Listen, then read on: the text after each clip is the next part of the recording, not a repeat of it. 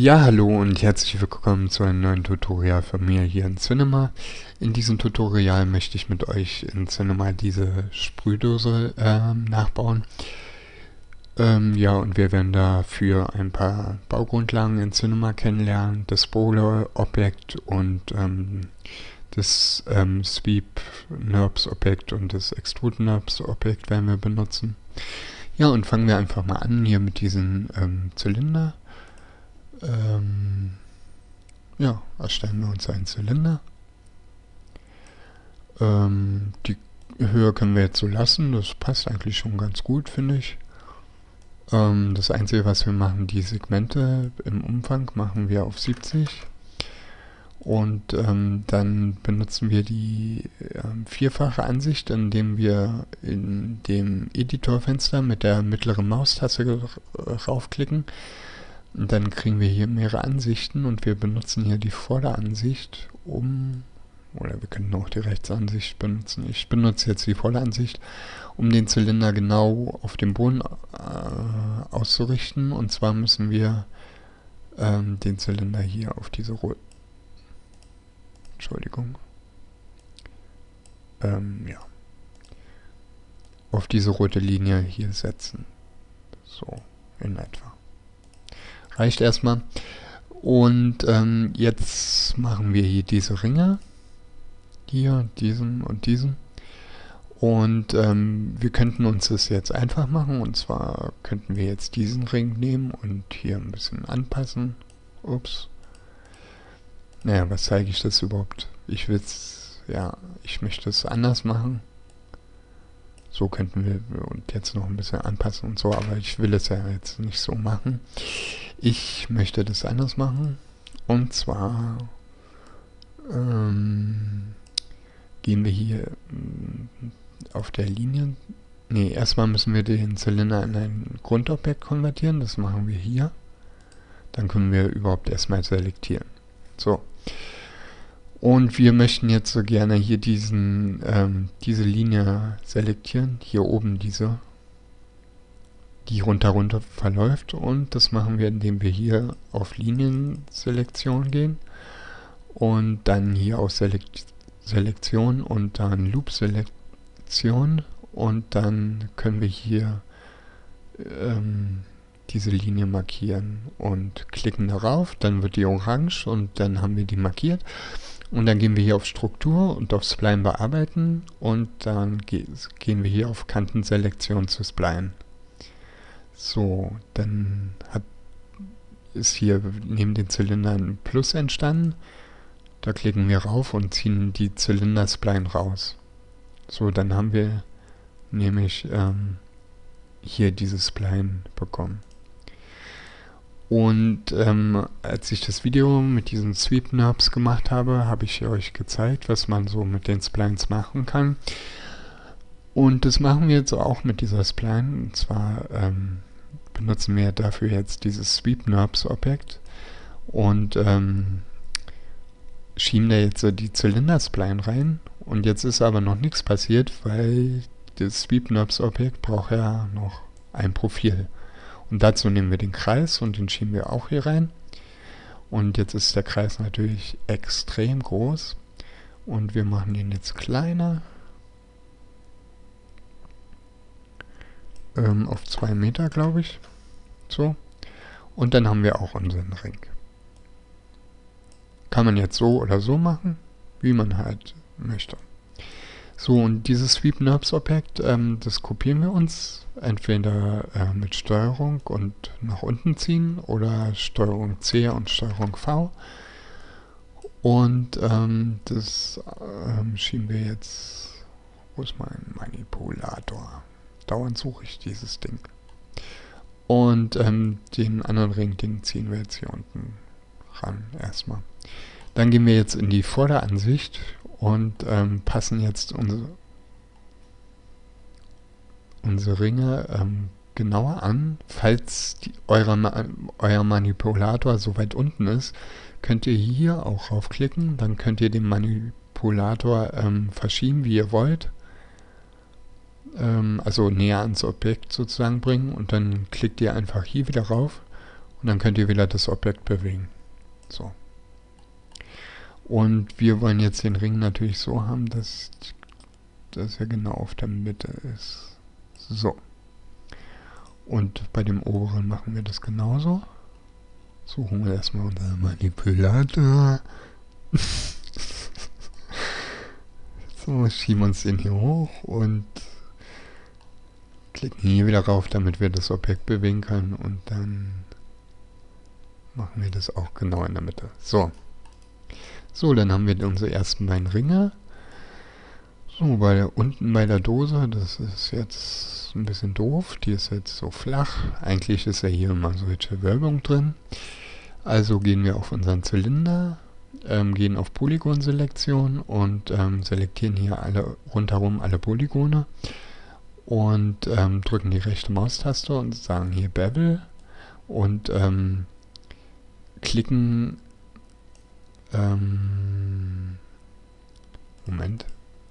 klicken hier rein, oder ihr könnt auch hier reinklicken und dann lasst ihr die Maustaste gedrückt und schiebt die Maus hin und her. Dann könnt ihr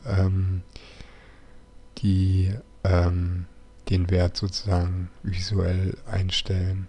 So, jetzt bevelt es nach außen, ist aber nicht so schlimm.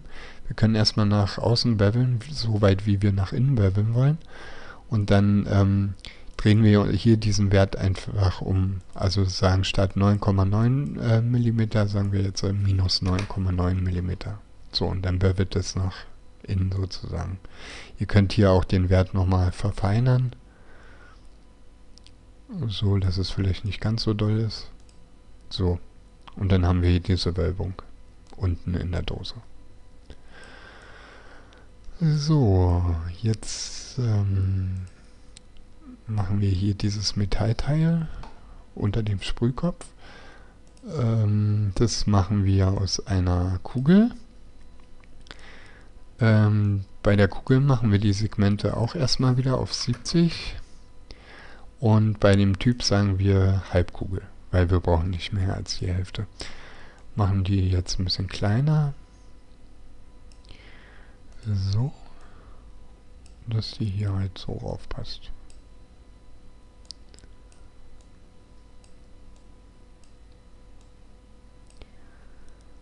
Und noch ein bisschen kleiner. Entschuldigung.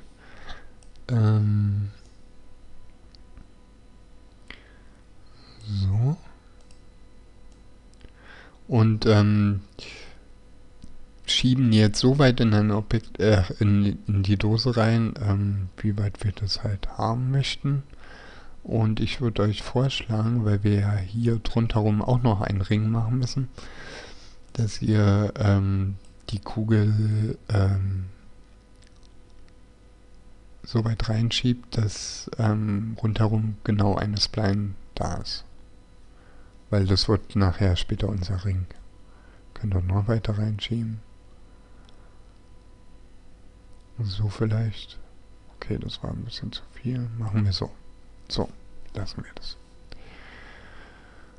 So, dann konvertieren wir diese Kugel auch zu einem Grundobjekt und gehen jetzt hier wieder auf Linienselektion und Selektion und Loop-Selektion und wählen jetzt uns diese Linie aus, gehen hier wieder auf Struktur, Spline bearbeiten, Kantenselektion zu Spline und dann ist die Spline hier wieder eine Kugel, die ziehen wir raus und nehmen hier wieder ein Sweep-NURBS-Objekt, schieben die Spline da rein und schieben noch als Profil den Kreis wieder rein. So, dann ist es wieder extrem groß. Dann machen wir das wieder auf 2 Meter und dann haben wir unseren Ring. So. Dann haben wir erstmal alle Ringe. So, bei der Kugel, die muss ja jetzt hier oben ein bisschen abgeflacht werden, dass der Sprühkopf drauf passt. Dazu gehen wir jetzt hier auf Polygonselektion und sagen hier wieder Selektion, Loop, Selektion und nehmen jetzt hier diese ganzen Kreise mit, bis, sage ich mal, hier mit der Shift-Taste, also Shift gedrückt lassen und dann hier Klick, Klick, Klick, Klick, Klick, Klick, Klick und so weiter. So weit wie ihr wollt. Ich weiß jetzt nicht genau. Ich lasse es so. Und entfernen.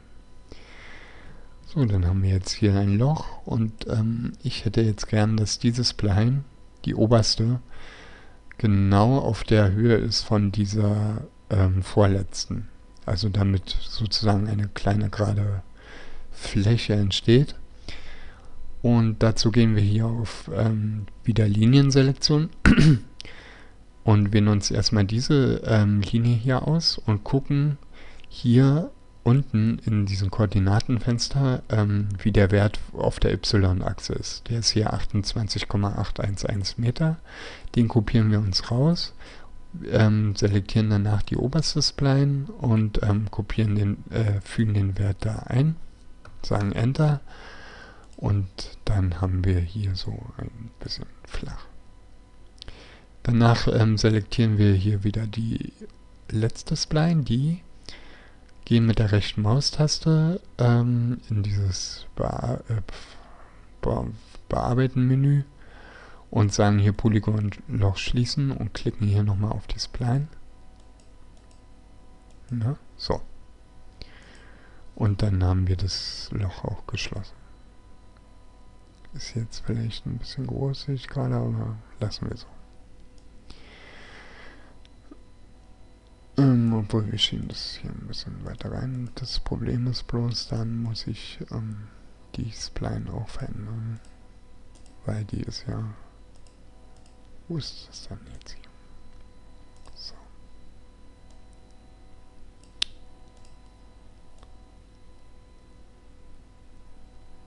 So, ich will das nicht so groß haben. So. Das passt noch. Ist okay. So, dann haben wir das Teil, dann machen wir hier das Teil, wo der Sprühknopf-Kopf raufkommt. Dazu nehmen wir einen Zylinder, schieben den erstmal hier nach oben, machen den ein bisschen kleiner. So. Hier bei dem Zylinder sagen wir, die Höhe brauchen wir ja nicht so weit. Machen wir so. Schieben den jetzt weiter hier in die Dose rein. Und sagen hier bei Deckflächen Rundung. Und dann runden wir das hier oben ein bisschen ab. Aber nicht so doll. So. Und machen den vielleicht noch ein bisschen rein. So. So.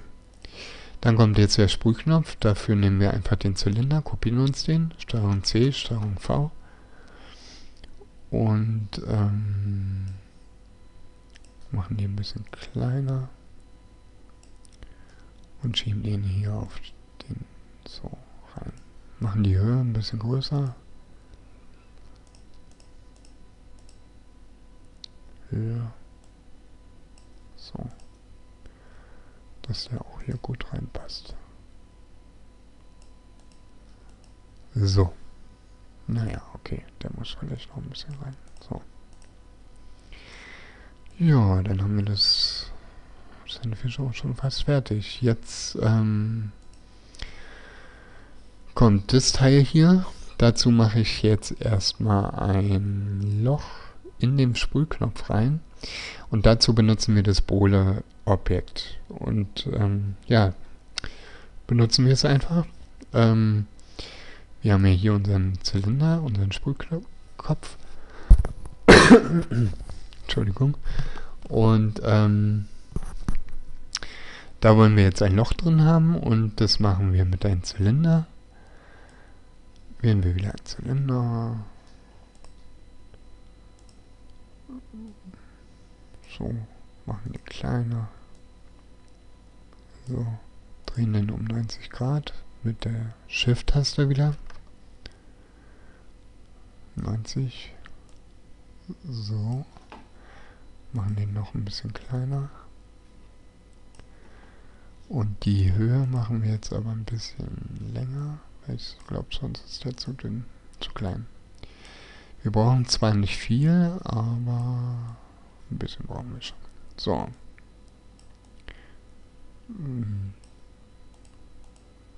Passen den erstmal hier so ungefähr an, wo wir das Loch dann rein haben möchten.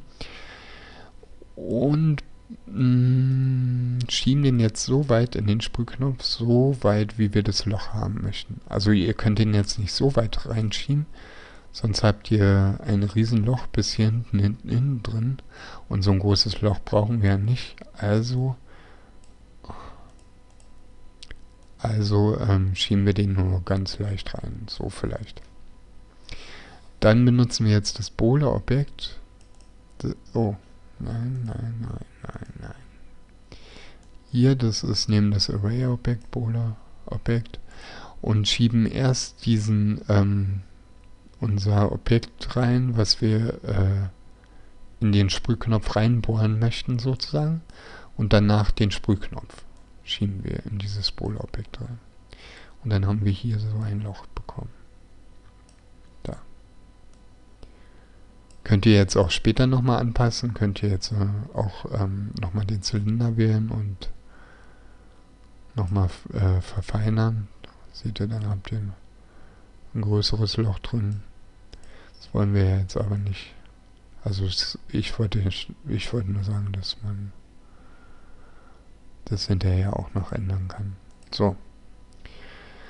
So, und dann kommt jetzt dieses schwarze Teil hier rauf. Dazu nehmen wir wieder einen Zylinder. Wer hätte es gedacht?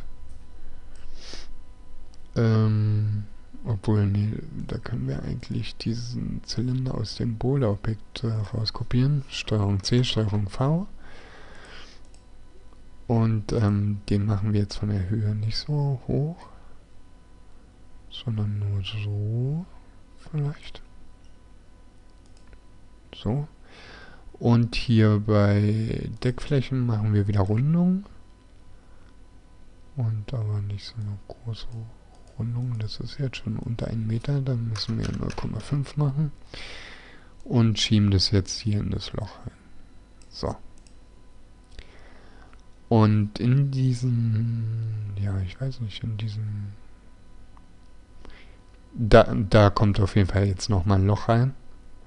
Nehmen wir am besten wieder den Zylinder aus dem Bowler-Objekt, kopieren uns den wieder raus und machen das noch kleiner. So, machen die Höhe vielleicht wieder ein bisschen größer. So, obwohl wir brauchen da auch nicht so viel. Wir müssen nur durch dieses Objekt sozusagen kommen. So. Und nehmen jetzt wieder ein Bowler-Objekt und schieben jetzt da wieder erst dieses Objekt rein, also was wir reingeschnitten haben möchten, und danach, jetzt habe ich das bewegt, und danach das andere Objekt, was das Loch bekommen soll. So, dann haben wir das Loch hier drin. Da. So, dann ist die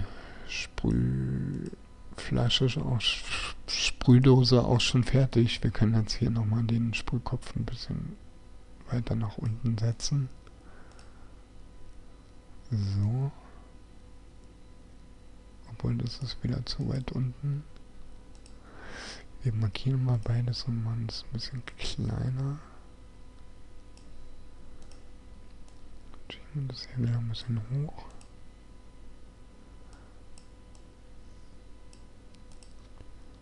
Wie es euch gefällt, das müsst ihr halt selber ausprobieren.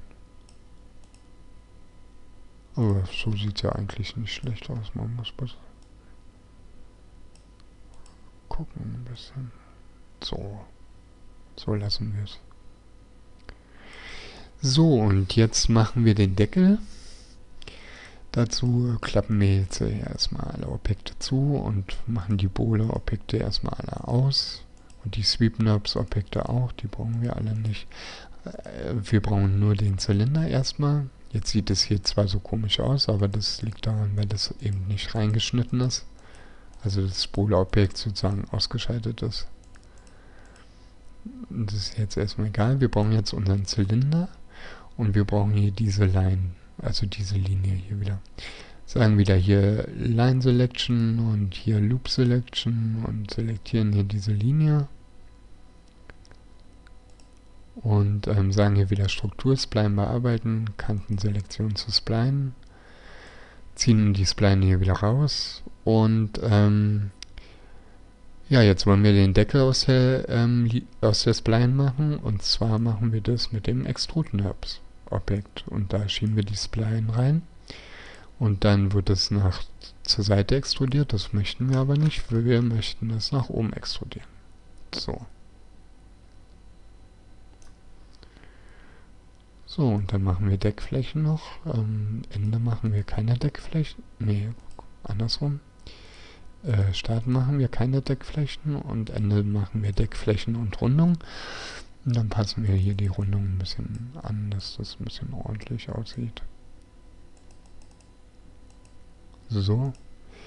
Jetzt ist zwar der Deckel größer geworden, aber das können wir ja gleich nochmal verändern, indem wir einfach das Extrude NURBS Objekt nehmen und das... Oh, jetzt ist der Manipulator hier unten von dem Deckel, das ist echt schlimm. Extrude NURBS Objekt. So, schieben wir den Manipulator mal hier hoch. Und dann machen wir die Größe ein bisschen kleiner. So, dass das genau raufpasst.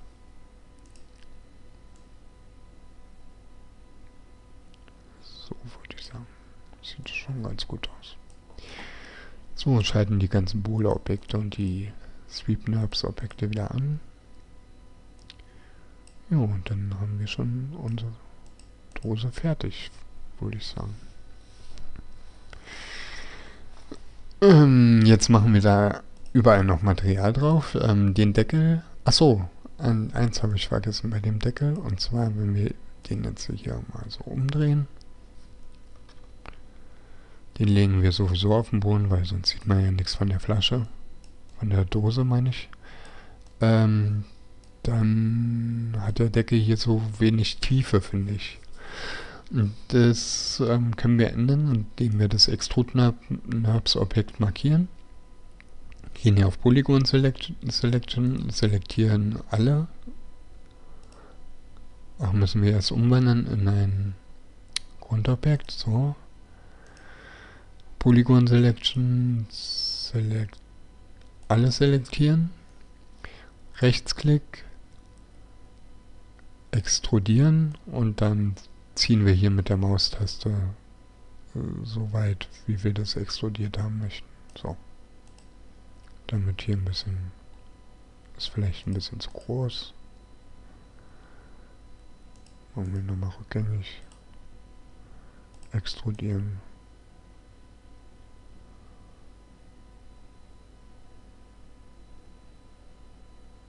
So. Damit der Deckel auch ein bisschen dicker hat. So, dann legen wir den Deckel jetzt auf den Boden. Dafür nehmen wir jetzt wieder unsere Vorderansicht. Und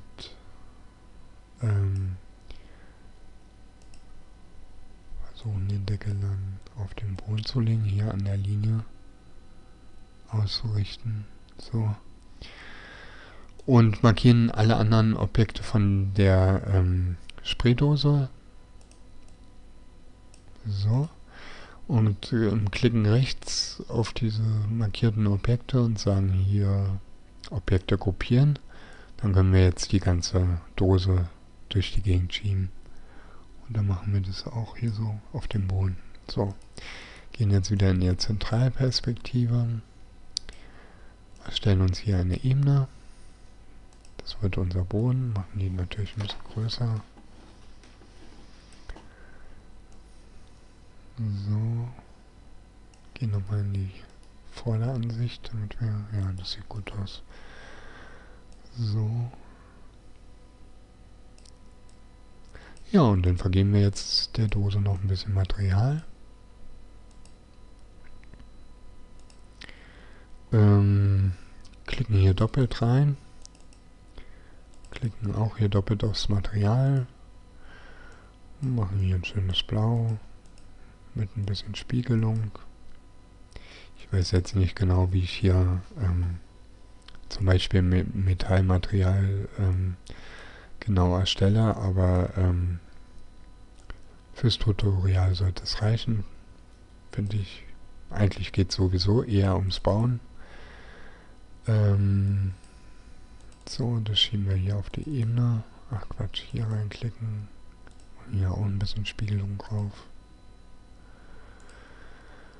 So, hier die Metallringe. Machen wir auch ein neues Material. Da habe ich hier so ein leichtes, ganz leichtes Blau benutzt. So. Und auch ein bisschen Spiegelung. So. Und das schieben wir jetzt hier rauf. Und hier rauf. Und hier rauf. Und auf den anderen Ring. Also ihr könnt das Material auch hier auf die Objekte raufschieben. Ihr könnt jetzt aber auch die hier reinschieben aufs Objekt. Aber da ich jetzt nicht weiß, da wir die jetzt nicht beschriftet haben, mache ich es so. Ist ja auch egal wie.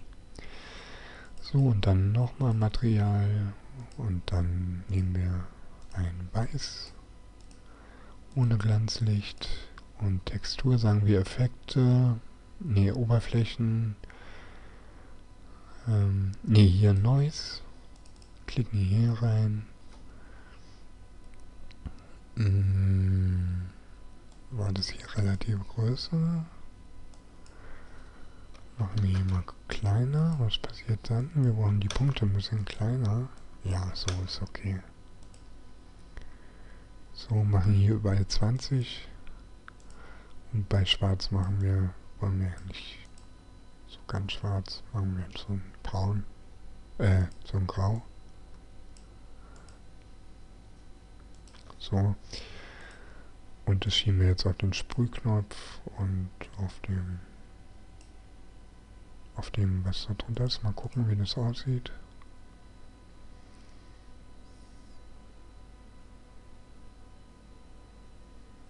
Okay, das ist ein bisschen zu viel. Weiß ich jetzt auch nicht genau. Wir können die globale Größe auch mal auf 20 machen. Gucken, wie es jetzt aussieht.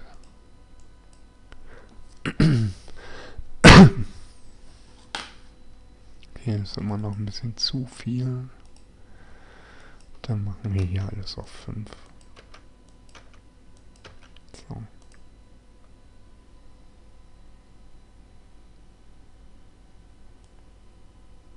Ich hätte auch das einfache Neues nehmen können.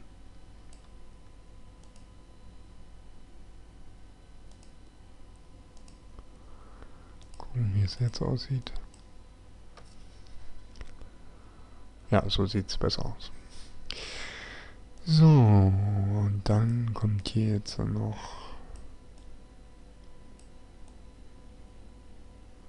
ein Schwarz drauf. Machen wir einfach schwarz. Ohne Glanzlicht. Und schieben das hier rauf. Und dann sieht man hier auch das Loch ganz gut. So, ich rendere das mal jetzt ganz kurz von hier, wegen dem Noise. Ja, das sieht gut aus. Jetzt ist das Noise. Sieht nur in der Vorschau so groß aus. Ja, und für die Spiegelung benutzen wir wieder unser Himmelobjekt.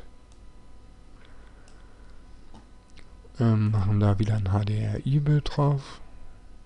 Ich habe in den letzten Video euch gesagt, dass man jedes beliebige Bild drauf machen kann auf ein Himmelobjekt. Das stimmt auch soweit, aber mir ist noch eingefallen, ich habe vergessen zu sagen, dass das Bild natürlich eine relativ große Auflösung braucht, damit die Spiegelung nachher nicht pixelig ist. So. Und damit das Himmelobjekt wieder nicht sichtbar ist, benutzen wir wieder das Render-Tag. Na, wo ist es? Da. und sagen hier sichtbar für Kamera aus. So, jetzt erstellen wir noch 2 Lichter. Licht Nummer 1 schieben wir an die Seite. Können wir noch ein bisschen höher machen. So. Und Licht Nummer 2 schieben wir hier eher nach vorne.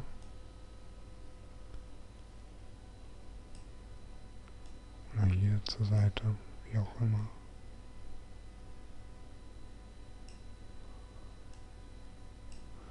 Können wir vielleicht auch in der Oberansicht besser einstellen. Das ist jetzt das Licht. Nee, das ist das. Und das ist das andere. Das schieben wir jetzt hier so hin. Auch nicht so wichtig. Den zweiten Licht machen hier bei Schatten jetzt. Ihr könnt entweder weichen Schatten oder harten nehmen. Ich nehme harten Schatten. Ja, und dann war es das eigentlich. Rendern wir das mal durch. Gucken, wie das aussieht.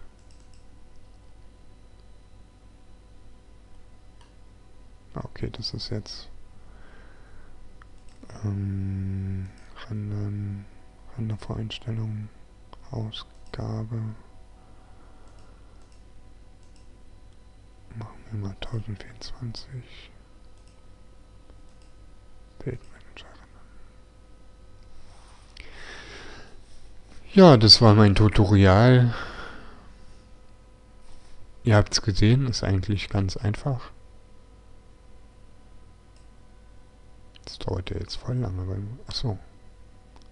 So ist 100%. Ist relativ einfach. Man muss nur ein paar Sachen kennen. Wie gesagt, die Ringe könnt ihr auch mit den Ring-Grundobjekten machen. Ich habe es jetzt extra anders gemacht, weil ich dachte, naja, mit den Grundobjekten, das kann ja jeder. Obwohl, ist wahrscheinlich auch nicht so einfach, wie auch immer. Das war's mit meinem Tutorial und ich hoffe, ihr könnt damit was anfangen. Euch hat es inspiriert. Probiert es einfach mal selber aus, die Dose nachzubauen. Ihr werdet sehen, es ist gar nicht so schwer, wie es vielleicht aussieht im ersten Moment. Ja, und ich hoffe, es hat euch gefallen. Vielen Dank fürs Zuschauen und bis zum nächsten Mal.